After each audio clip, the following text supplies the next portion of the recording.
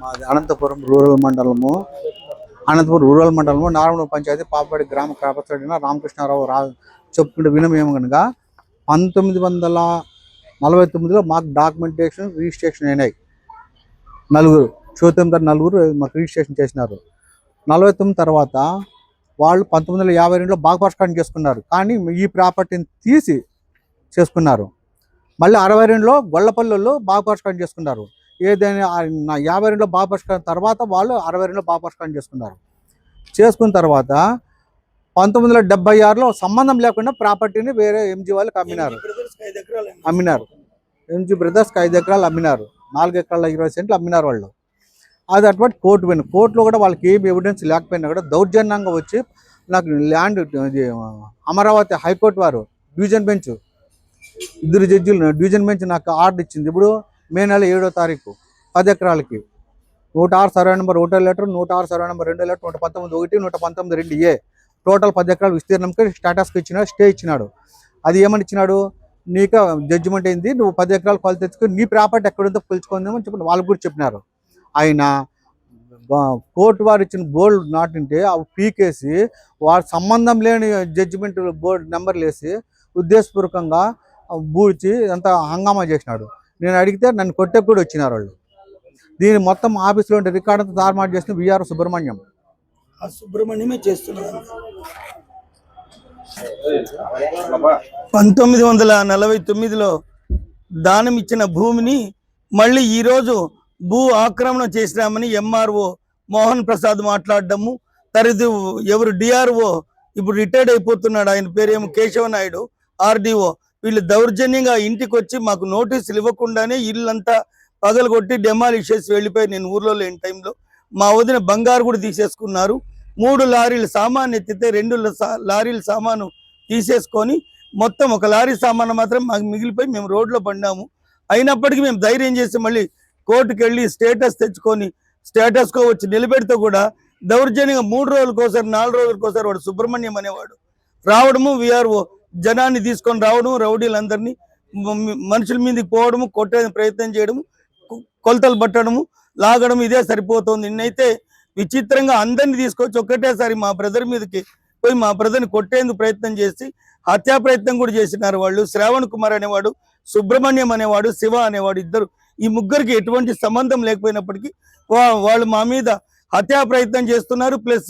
Plus స్థలం కోసమే భూ కబ్జా చేస్తున్నామని చెప్పి అందరితో చెప్పి అందరిని తీసుకొచ్చి నిన్న గలాడ్ చేయడం జరిగింది. ఈ జనాలు కూడా రావడము, స్టేషన్ పోవడము, స్టేషన్లో కూడా సేయి దగ్గర చెప్తే సేయి ఎక్కడి దగ్గర నిలబెట్టేసేయండి, ఇంకా రాకూడదు, మీరు వెళ్ళకూడదు, స్టేటస్ కో ఉంది కాబట్టి వాళ్ళకంటే 2021లో వచ్చిన సుప్రీంకోర్టు జడ్జిమెంట్ తీసుకొని ఇక్కడ కొట్టేసినారు హైకోర్టులో. అయినప్పటికీ డబుల్ బెంచ్లో లాయర్స్ ఇచ్చినా కూడా ఆ జడ్జిమెంట్ అది కూడా తుంగలో దొక్కి వాళ్ళు వచ్చి రోజు ఈ విధంగా భయభ్రాంతులు చేస్తూ జనాల్ని, మమ్మల్ని, మేము ఎక్కడికి వెళ్తే అక్కడ మమ్మల్ని ఫాలో కావడం జరుగుతుంది.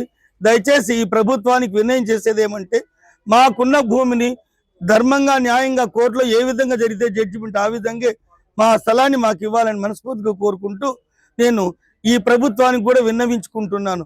దయచేసి ఇది వేరే విధంగా భావించకుండా, నేను ఎంతో పేరున్న గురువుని, నాట్యాచారుణ్ణి, నన్ను అనంతపూర్లోనే గౌరవం లేకుండా నా వ్యక్తిగత విషయాల్లో కూడా తలదూర్చి తపోవనంలో క్లాస్ కట్టింటే అక్కడ కూడా ఇవ్వద్దని చెప్పి స్వాముల వారికి వెళ్ళి చెప్పడం అనేది ఎంత మాత్రం సమంజసం కాదని ఆ సుబ్రహ్మణ్యానికి, ఆ శివకు, వాడెవడు శ్రావణ్ కుమార్కి, ముగ్గురికి హెచ్చరిస్తున్నాను. ఇదే నా విన్నపం.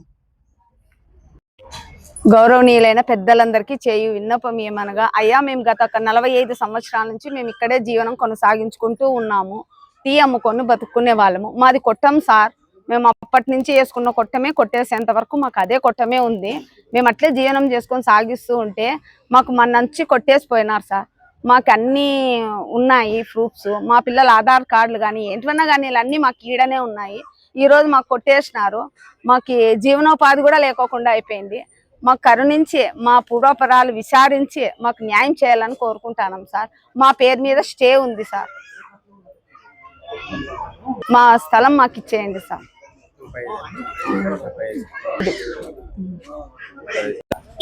మాకు హిందీ స్నాట్ ఉంది, మాది కొట్టేకి లేదు, దౌర్జన్యంతో కొట్టేసారు. మా సామాన్లు కానీ పోయినాయి, మేము రోడ్డు మా తావ మాకు కావాలా అంతే, ఇంకేమీ లేదు.